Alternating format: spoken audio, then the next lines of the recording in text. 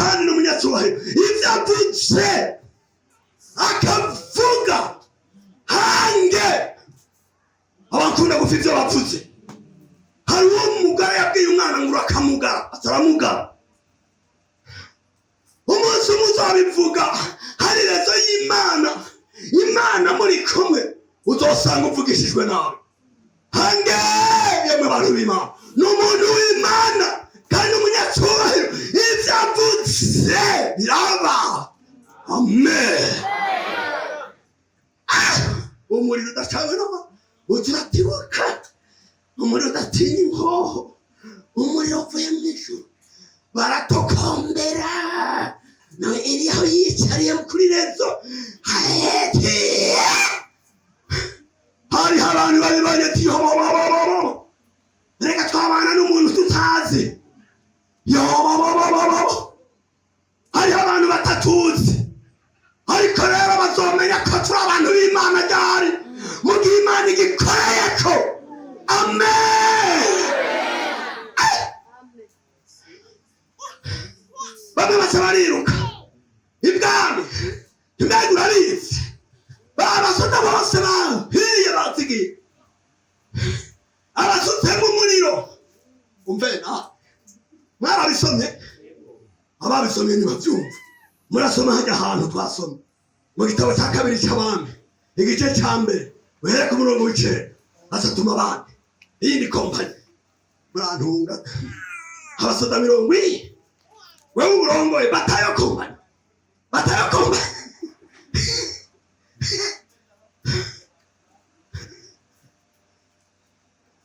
Eliya abujije amahoro. ubwanga ni wabujije amahoro, ahubwo amahoro make atewe n'ibyaha. nta bantu b'Imana babujije amahoro, ahubwo n'amahoro ariho bayakesha abantu b'Imana bakiri mu isi. Amen. genda umunzane, Eliya umunzane. warazanye ese bibaza ngo bose nico kimwe. wazanye bariya ariko ntibari bwahure n'umuntu ari mu Imana. turagenda ngo asike n'abanyaneti muntu w'Imana niko batangura kuvuga ngo umwami arakudutumye ngwino. n'ubundi cyangwa n'iryarindi nkaba n'umuntu w'Imana atari ibyo niyitirira, atari ibyo abandi banziko. udafatiye ku by'umuntu nusangwa n'umuntu w'Imana n'andi Mana yemeza ko ndi wayo. umuriro n'utibuka ukuyigizanye n'abo basoda muri kumwe, ubwo nyene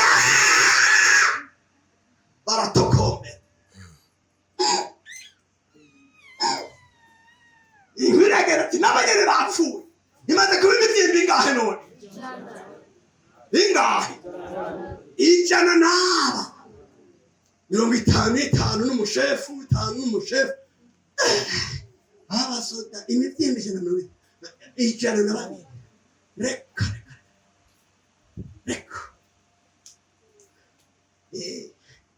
none ko bavyitiranyije,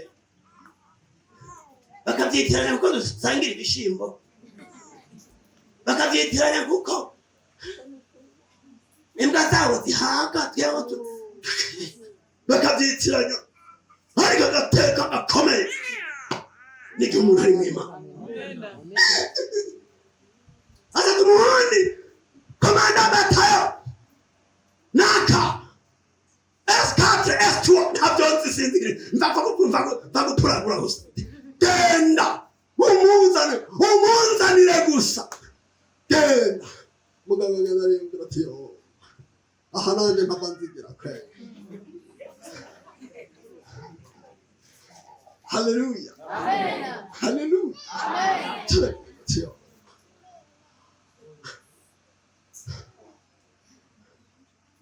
Imana ikiramukora mu mutima, Imana iramurongora. yemwe burya abantu ntibifata kimwe mu bintu, kandi uko umuntu yifata nibyo bimwica cyangwa bikamukiza. haleluya. uko umuntu yifata biramuha iteka cyangwa bikarimwaka. uko umuntu yifata biramugira umuntu w'umunyacubahiro cyangwa bikamugira umuhimbi. ngo nta kindi ngo basigaye ngo uwo munyu usigaye gutaka ugakandagirwa n'abantu bakabibona ko uwo munyu atacumaze. Birabishe umuntu atawe hanze. Icyaha gihindura umuntu umushenzi, umusego, umutsafu, umuhimbiri. Ayiwe, ariko iyo umuntu ari mu buntu bw'Imana, bwiza bw'Imana bumukomakora. Magende ashitse atayifata mu kinyurane, aravuga ati murasoma neza murabe. Wewe bwashitse apfukama ati muntu w'Imana, amagara yanje nagutera akagongwe be nabo turi kumwe. Amagara yanje ibyo byerekana imyifato y'umuntu w'Imana. Haleluya! Nagutera akagongwe, amagara yanje nagutera. Akivuga ibyo atakindi arishura. Wa muntu w'Imana ataravuga, marayika ataraza. Ubwo nyene marayika murasoma n'umusanga ariko byanditse, marayika atarururuka arabwira yango sikia, umva muntu w'Imana, umva. Uyu ntaje nk'uko abandi baje, ubu yaje afise umutima uri mw'Imana. Sikia, umva. Eliya, haguruka mujane, genda mujane. Haleluya! Wa muntu agira gatatu kuko guca bugufi. Mbega wibaza ko yari kurenguka gute? Umwami yari kumukira yaca mwica, ariko none ati haguruka mujane. Atararako abandi baguye. Imana ishimwe cyane. Abaho abandi bapfuye, amina. Arangica cyane abandi bakibuze, aronka ijambo abandi bayibuze, aronka ubugingo abandi barose urupfu. Haleluya!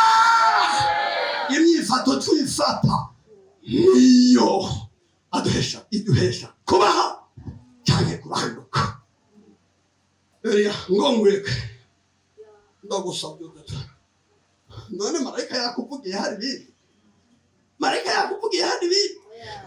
Kumbe abantu b'Imana na marayika arabavugira. Haleluya! N'umuntu w'Imana icavuze kiraba. Yesu nashimwe. Ndabibonye rero basha imyifato ku muntu w'Imana. Eliya rero niwe yaforomye Elisa.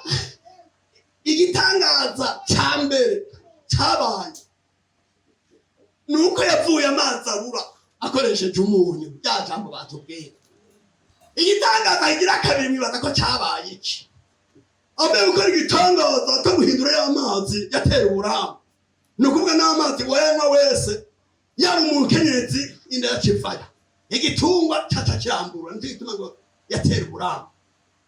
Hanyuma arageze muri icyo gisagara, asigaye ari mu Imana ya Eliya. Ariko nimubwira ngo ni Imana twubuye. Ijya Mana ya Eliya niyo yiyegene n'ukuri kw'Imana. Haleluya! Ijya Mana yabaye Imana ya Esiteri yemwe bakobwa, niyo Mana ya bubu. Ijya Mana ya Saduraka niyo ngende. Nijyagene nimubwira ngo niyende ntiyahindutse. Imana y'urunganwe ku rundi, Imana yo mu gihe cya kera niyo Mana ya bubu. Ababyumva mwese nimubwira ngo amen. Elisa rero ahageze ari umuntu nk'abandi. Bageze muri gisagara batwara ati muntu w'Imana, twakubonye mw'Imana. Aya mazi uyanyoye nta mazi, turi n'ingorane tubura amazi. None rero yatuvurire, atayavuza umunyu, yasabye urwabya arushyiramo umunyu acajana mw'iriba. Ivyo biheze ariko aragenda avuye muri icyo gisagara, hakiri karasohoka mu gisagara, hatahaza abana benshi batangura kumutuka. Mwebwe rutanga bagenda babusabwa ubuhanga. Nimusome bamusoma Bibiliya, barasoma genda babusabwa ubuhanga. Igitama kirato kigezweho, igitama kitagira imodoka, igitama ngo ni igikadi cy'Imana. Baramutuka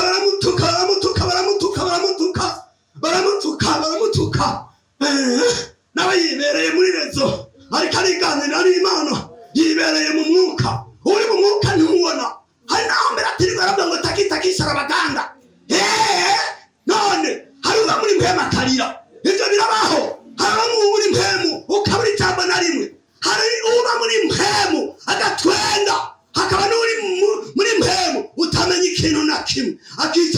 busa mugabo ari muri leta y'Imana. Uwo munsi rero bariko baramutuka, abana benshi bazukuruza mu gisagara baramutuka aca barabavuma mu izina ry'Uhoraho, mu izina ry'Uhoraho agikura ijambo ryo kubatuka. Mumenye umuntu w'Imana isavuze ikimenyetso Imana iragikorera. Amen. Akivuga habaye iki ngo haza idubu zibiri z'ingore namba zazukurutse baza abana birazi muri abo bana isama ya kiniga ikindi kiniga akana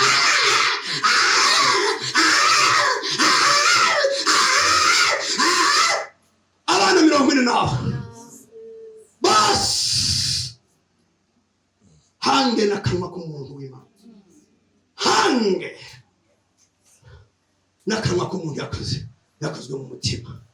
Hariho abakristo bafite ibyo bavuze bakabyatura ku bana bakavuga nabi, hange n'akanwa k'umukozi w'Imana.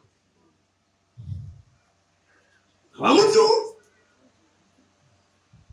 abantu benshi bagiye guhura n'amadubu yo mu buryo bw'impwemu yamaze abahungu n'abakobwa kuko batazi abo bari kumwe.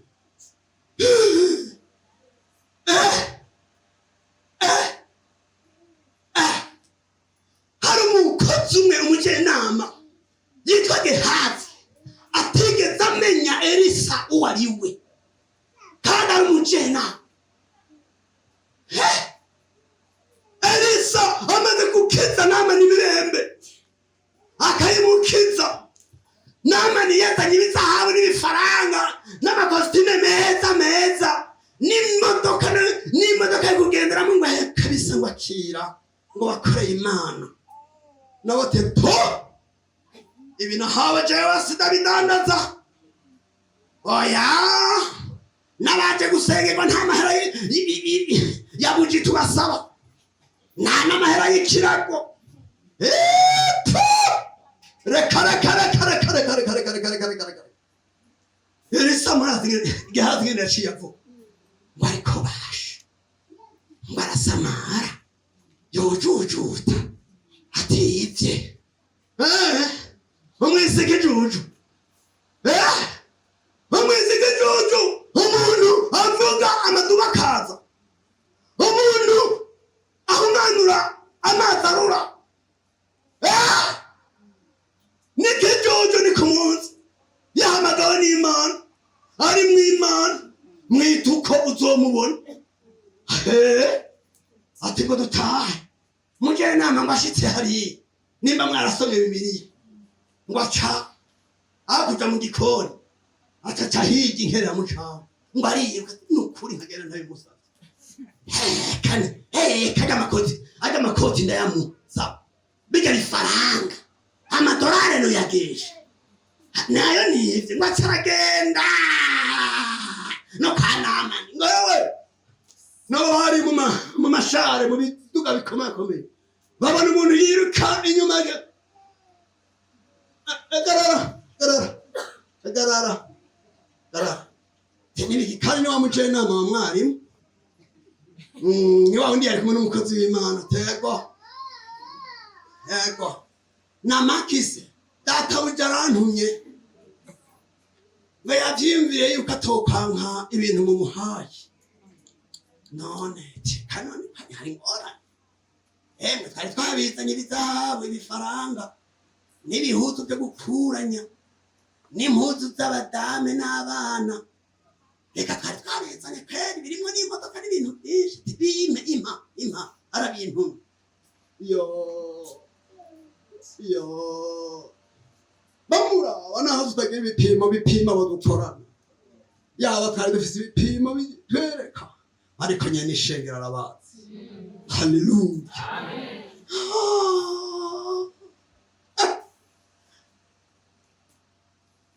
Harabibata ngabijana cyashikara binyegeza mu gikoni iyo patro atajara bibi aho rero mugabo rero Elisa umuntu w'Imana ari mw'Imana agenda na radare z'Imana agenda na telefone y'Imana agendana amayekutere mu matwi y'Imana, agendana ya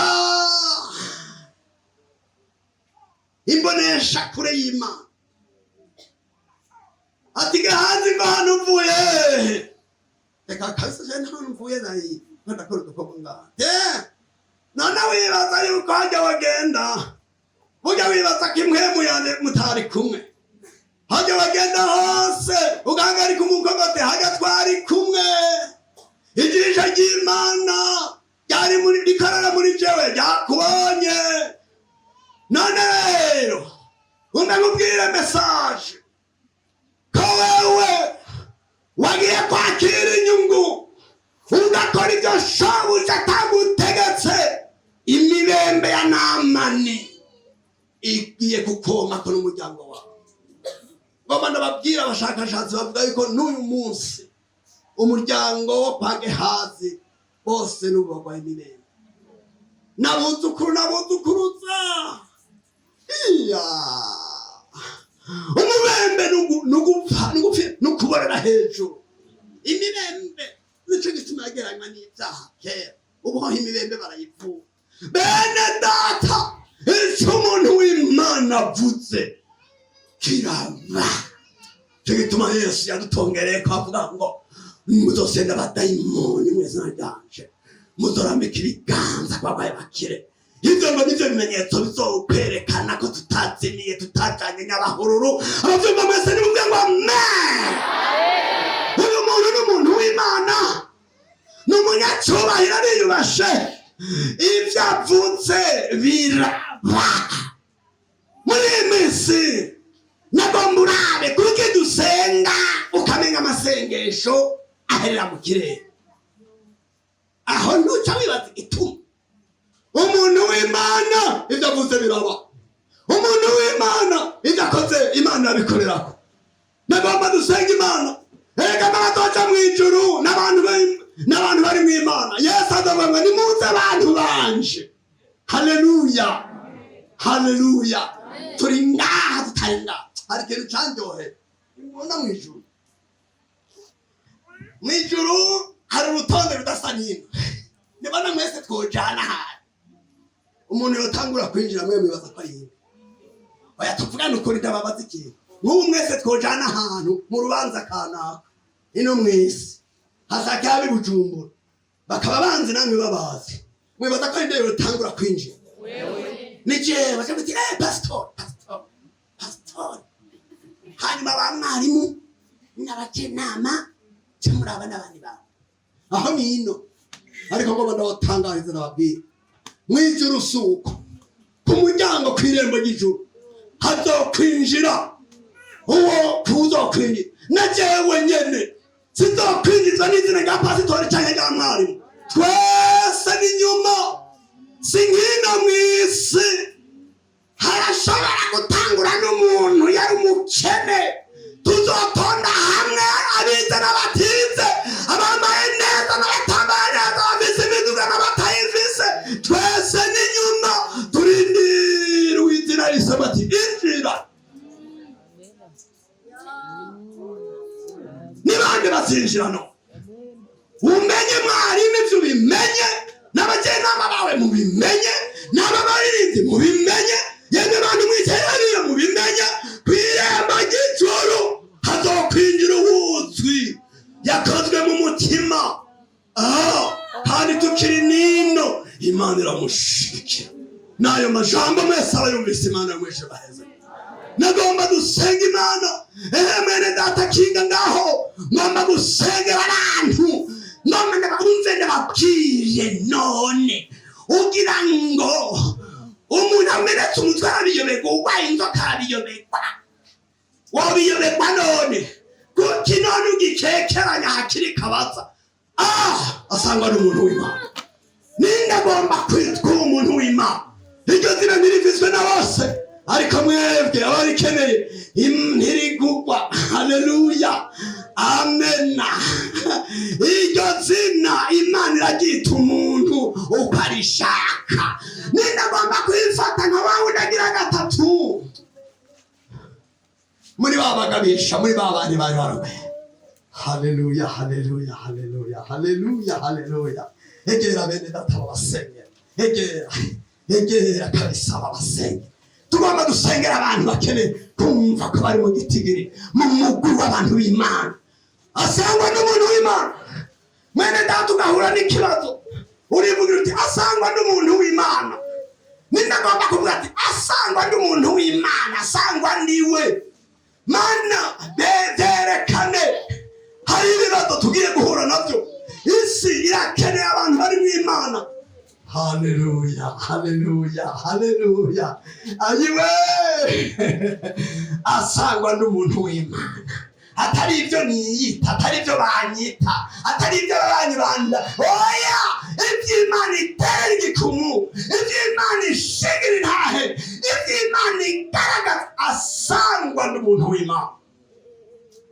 Imana ibyerekane. Ushaka Imana ibyerekane. Haleluya.